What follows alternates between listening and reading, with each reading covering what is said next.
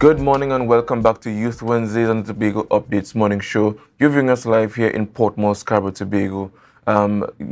We are here again. We want to continue the conversation surrounding education and just to have this discussion surrounding USC Alumni seminar. We want to have the discussion with Mistress Vernis Simon Fredrick. I must put in the Mrs. Good morning and welcome to you. Good morning. Thank you so much. Thank you for remembering to add the Simon in, a rich part of my heritage there. It's always a pleasure to be at Tobago Updates. All right. Certainly no stranger to us. Just tell us a bit about yourself and, we will take the discussion from there for those who might not know. Well, for those of you who may not know me, I am the wife of Pastor Richard Fredrick. So most people may know him because he's real popular now. I'm also the director of the Tobago campus of USC. USC being a Seventh-day Adventist-run institution, university level, where we offer bachelor's and master's degrees, and we have been around since 1927. So about 98 years worth of education, the oldest tertiary level institution in the country. Wow. Yes. Wow. So we have some heritage there. Yeah, plenty of heritage, man. So I presume that this call, the numbers and the turnout will be quite large. So we're expecting that. In fact, when we first sent out the notice, somebody asked me if I'm sure, because we want them to come to our campus. Right. We really want to get our alumni back in touch with our Tobago campus, back with the USC. Of course, most prosperous universities, they depend heavily on their alumni for support. Right, I myself being an alum of USC, so that goes to speak already as to how we support our institution. So us being small in Tobago, we really want to get the support of the numerous persons in Tobago who would have graduated from USC over the years. Right. And might I also add CUC, because some of us didn't go to USC. The name only became USC 2006. Some of us went to CUC. So I myself went to CUC. So we're calling for them to come. And as I said, when I sent out the message, somebody said, if I'm sure I want to have them on the campus. It may not be enough to hold everybody. Right. But as I told them, I said, if it becomes too much, we'll find space, however too small for family. Of course. So we'll find space for everybody. And if push comes to shove, I may have to call on our sister up the road, Scarborough Church. They could hold, everybody could hold there, right? So we would be definitely looking forward to persons coming out in their numbers. Certainly.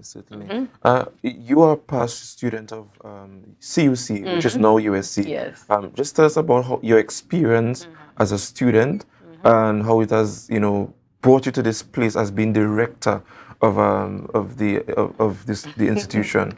Might I say most noble institution? I like that. I like that part. The most noble institution. Yes. Well, CUC for me, I went there in the 90s when I guess they would say life was great then. We didn't have gate in those days, so most of us who went to school would have had our parents would have sacrificed to send us or worked on campus and so. But I had a wonderful time. Made lots of friends. Of course, besides the academic information I got, I was able to grow spiritually and socially. I like to boast that now I can go to any Caribbean island and I have a friend I can call when I get to the airport and say I'm in your country, and they pick me up. We go joyriding. We have a place to stay in every Caribbean island, literally every Caribbean island. So that's one of the big things for us, that cultural diversity that we have, and of course the spiritual nurture that you would receive and so on. The fact that your lecturers actually know you. You asked about how I became the director. It was because while there, one of my lecturers was insistent on me returning to lecture at USC because I did education. That's my area. That's my passion. So he was insistent that I return and lecture, and I said, no, I need to come home, at least give back something to my parents because they would have spent their money to send me to school. Right. And I told him, give me at least 2 years. So I came home for 2 years, worked at Harmon, and literally at the end of the 2 years, he called me and said, you told me 2 years. 2 years is up, you need to come back. And that was it. He brought me back. So I went back to main campus. I lectured in the education department for several years, furthered myself in my master's and so on. And then, of course, being Tobagonian, I always wanted to come back home. I always said when I had my family, my children must grow up in Tobago. I don't want them growing up in Trinidad. No offense to Trinidad, but we know how we feel as Tobagonians, right. And so for years, I kept asking them, could I go back home? Could I go back home? I even went as far as to write a letter, listing to them all the things I could teach for the Tobago campus if they were to send me back home. Right. And finally, in 2015, they acceded to my request. Nice. And we were well, I was returned to Tobago, and my family came with me as well. I've been enjoying it ever since. All right. Quite a journey there, Yes, and yes. it's good to see that you're fostering patriotism. For an institution that would have invested in you. That's right. That's right. Being one of the most renowned institution on the island in a major way. How do you see USC's presence contributing to the island? As a Tobagonian. Well, I mean, besides the basic contribution that any institution gives of our graduates working along the campus, because we have persons literally in every sphere of the island, right?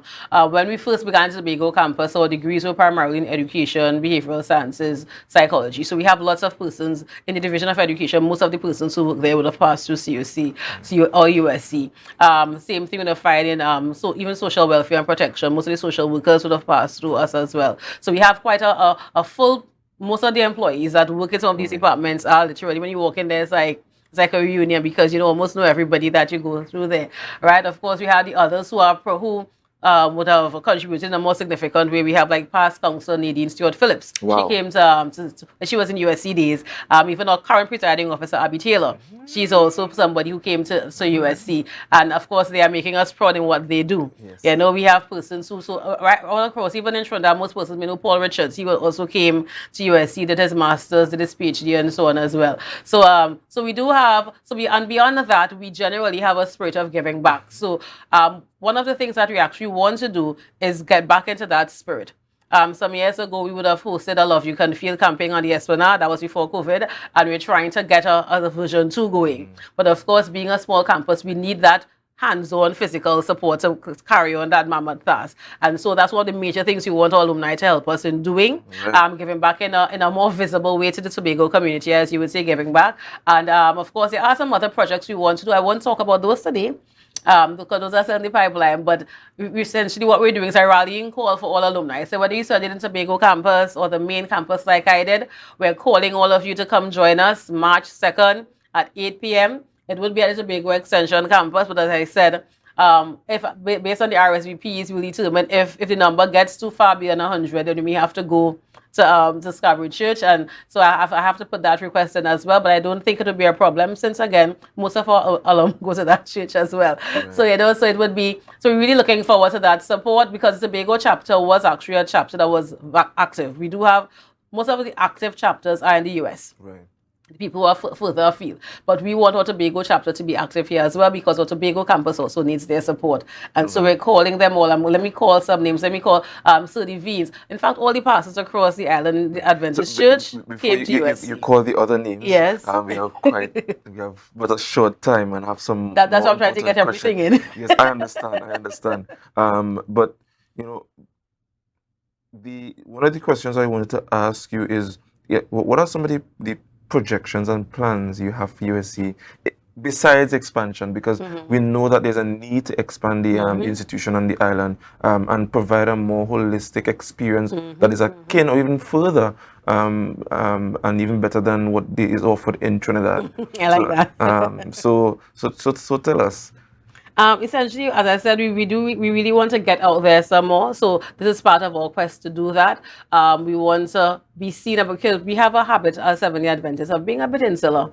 So we really want to try to get out there some more. And so this is really the first step in that direction. We want to also do some modification of some of our programs. Persons continually call about short courses. Yes. And we literally just had, I can say categorically, because we just on Monday, one of our VPs was here, our VP for Advancement and Planning. She was here, and she heard the clarion call, because we made some visits while she was here, and she heard the call for more programs and change of the program. So we'll be offering some short courses. We'll be offering some other type of programs other than what you're accustomed hearing from USC. So that's in the pipeline as well, because of course, ultimately, our goal is to serve the community that we are in. Yes. And we must ensure that our programs are viable and so on, So you could go ahead, given that our time is up. So I'm calling out the persons who I want to come. So the teachers, and any primary school, any secondary school across the island, there are USC alum there. So I'm calling out people like Miss Sherma Alexander Williams at Signal Hill Government, Miss Lucretia Williams, Miss Keon Caesar Lovelace at Signal Hill Government, right? We have persons at Bethesda Government. We have persons at Devines Road. We have persons at Mariah Government.